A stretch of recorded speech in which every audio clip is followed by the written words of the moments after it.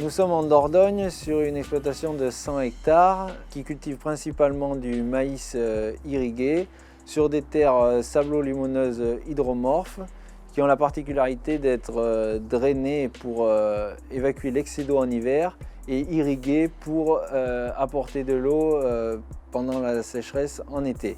Cette eau étant stockée grâce à des réserves collinaires qui sont remplies en hiver. L'atout principal du maïs dans cette exploitation, c'est qu'il s'adapte bien aux contraintes qu'elle a, notamment par rapport à son sol. Il est produit en été, donc à une période où les terres ne souffrent pas de l'excès d'eau. Ça arrive, mais seulement au printemps. L'autre intérêt, c'est que du coup, il exploite la totalité du potentiel de la terre, notamment grâce à l'irrigation. C'est la plante qui est la plus productive sur ces terres. La semence est essentielle, c'est un des premiers choix que je fais dans mes approvisionnements, même le principal. Je le raisonne de manière assez pointue. Je me sers des essais des organismes techniques, de mes voisins et des miens.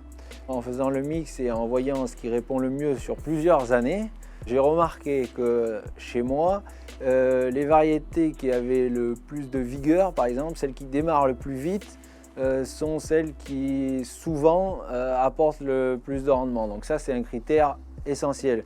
Mais il y a aussi les critères de régularité de production de manière pluriannuelle et aussi une chose très importante, la capacité à résister à la sécheresse. Parce que malgré l'eau qu'on apporte, on n'en amène jamais assez. Et il y a des variétés qui vont résister plus ou moins au sec et souvent ça se retranscrit dans le rendement. Sur les 100 hectares, j'ai 5-6 variétés différentes, ça varie d'une année à l'autre. C'est surtout lié à la parcelle. Il y a par exemple un îlot de 10 hectares où j'ai un autre étang où il manque un peu plus d'eau. Là, je vais choisir des variétés un peu plus précoces qui résistent bien au sec, plus rustiques. Je vais avoir des grands champs comme derrière où j'ai peu d'effet de bordure, je vais mettre des variétés à très haut potentiel. Sur mes bordures, je vais choisir des variétés pareil, un peu plus rustiques ou qui acceptent un peu le moindre arrosage. Et dans des champs semés plus tard parce que sol plus difficile à rentrer, je vais aussi mettre un peu plus précoce ou une variété un peu plus passe-partout. Il faut choisir la bonne variété pour le bon endroit.